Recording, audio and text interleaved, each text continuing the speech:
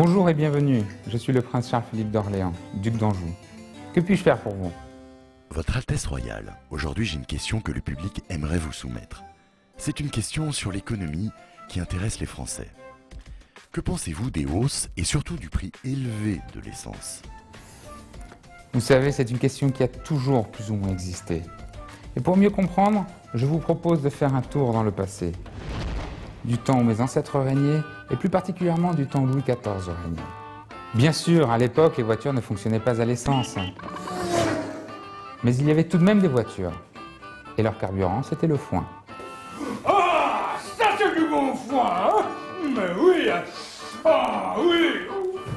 Ce foin nourrissait les chevaux qui, à leur tour, tiraient nos carrosses. Très efficaces, les chevaux, et écologiques.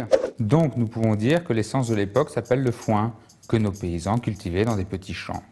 À l'époque, dans chaque champ, une part était réservée aux écuries royales, une sorte de taxe, un peu comme aujourd'hui il y a la taxe sur l'essence.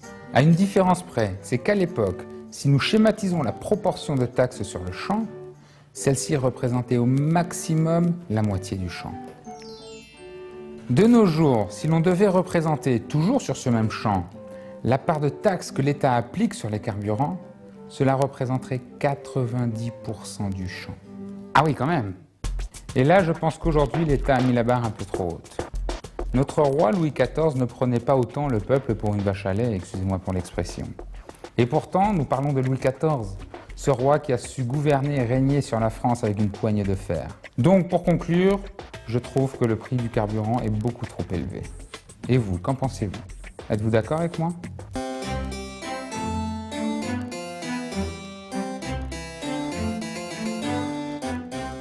Non mais si ça continue, on pourra même plus prendre notre Bentley pour aller faire nos courses. On sera obligé de prendre la Méhari. C'est triste tout de même. Même joueur, pareil, mais qui met un coup de tête cette fois, 4 ans après, dans la finale contre l'Italie.